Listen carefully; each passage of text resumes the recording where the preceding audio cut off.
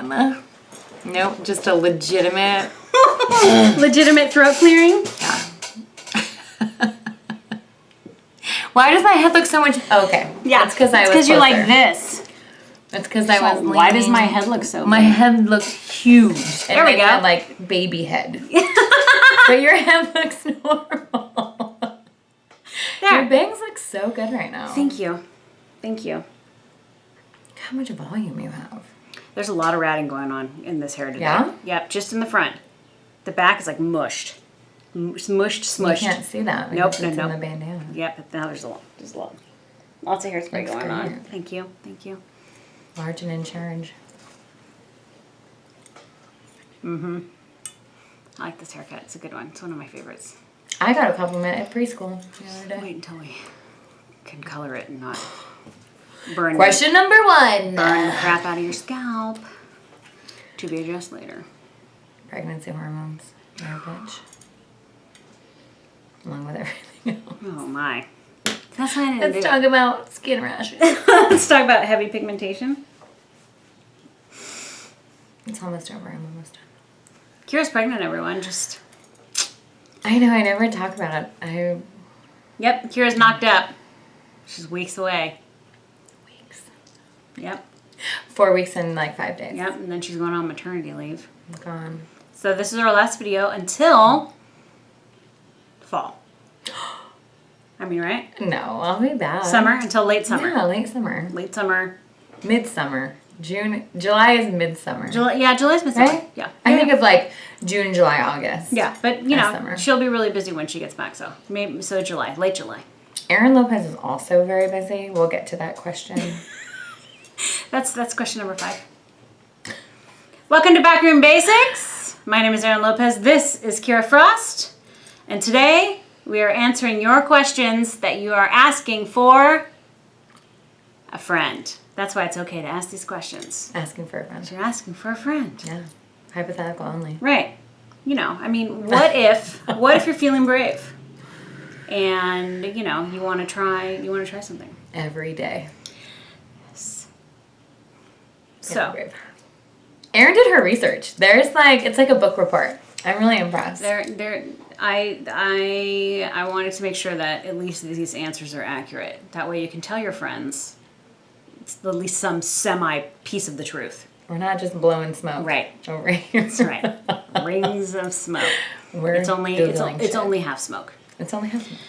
Question number 1. Henna. We actually get this question fairly often. Why can you not use hair color over henna? The short answer is that it has the potential of breaking off. Mm-hmm. The long answer is in my notes.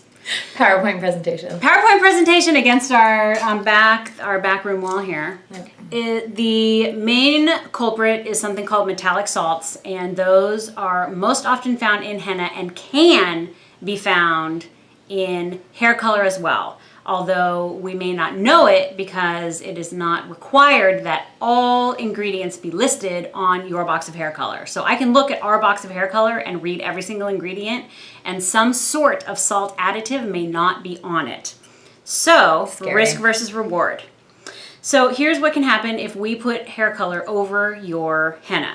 Number 1, if there's lead in your henna, the color change will be just strange. It'll just be weird. It'll be muddy, it'll be mossy, it will be 3 or 4 shades darker than intended. That's scary. If there is silver nitrate in your henna and it mixes with some sort of salt additive, your hair will be green. That's always nice. That could be fun. A disaster. Mm-hmm. I like a nice moss. If there's Especially copper, if you're going for some like real pretty. right, like a gorgeous auburn, and you end up with like algae. Right? instead. Just kidding. And who knows what the texture is going to be like? Just saying. If there's copper in your henna, and there happens to be some sort of salt in the hairstylist's hair color, your hair will boil first, then it will disintegrate. Oh, gives me the creep. Right, which makes me sweat. Therefore, it is safer for us just to say no. No. So, Sorry. if you have put gonna henna happen. on your hair anytime within the past, literally, 4 months, and you have a root that is shorter for me than like 4 inches, I'm not going to touch it. I need at least 3 inches to put color on and an inch to leave so that color doesn't like creep and seep over onto that henna and that doesn't have the potential to like break it off. Yeah, we don't want to take the chance. And you don't want to take that chance either. No. Especially when we never know what's actually in it. So it could be one of those 3 disasters, and it's not worth it to us. Right. All of them are unattractive. Yeah. There is the slim chance that absolutely nothing will happen. I'm not taking it. That's like winning the lotto. Like, you got to pay to play. I understand, but no, it's just scary. No. Mm-mm. Question number 2 is about the over-the-counter hair color removal product, Oops. I have been asked about this product twice in the last couple weeks. So funny. And it is a hair color product that claims that it has no ammonia, no peroxide, that goes in and removes all, I believe, is one of the claims that it makes. That is the bold claim. Mm-hmm. Bold is right. Mm-hmm. All of the artificial hair color that is in your hair and restores it to its previous glory effectively, safely, in 20 minutes. In 20 minutes. Fast and easy. Mm-hmm. Mm-hmm. So if you dye your hair black and you regret it, Oops claims for $9.99. 20 minutes later, all of it is gone, and you are back to what you were before. It's like a time machine. It's a real cheap time machine for your hair. I claim bullshit. I mean, we saw firsthand last week. Mm-hmm. It didn't do as it was supposed to do. Nope. And her hair wasn't black. Yeah. And it just left it was kind of a like more peroxide-y orange. It was not a successful lift back to her hair's original state. Yeah. And I don't believe its claim. Mm-mm. There's been other products on the market similar to this that we do have experience with. But again, not everyone is a candidate, and you're not going to achieve 100% result every single time. Nope. So you have to take into consideration, lots of other factors. No, your hair is chemically changed inside. Yeah. So there's no restoring it to like its original glory, Right. because that glory has been erased. Right. So you might be able to slough out a lot of like the brown or the black that you put on that you regret, but you're not going to be left with the color that you originally had, right? So like if I was going to go and put black on this like copper red hair and then go and use something like Oops or Eliminate or whatever, it's not going to take my hair back to red. No. It's just going to slough out some of the black and leave me with like a brown or a orange or a orange. Green. God or like knows. Whatever is left inside, because your hair is chemically changed forever once you put that hair color on in the first place. So restoring it back to its original glory is just absolutely chemically not possible. Yeah.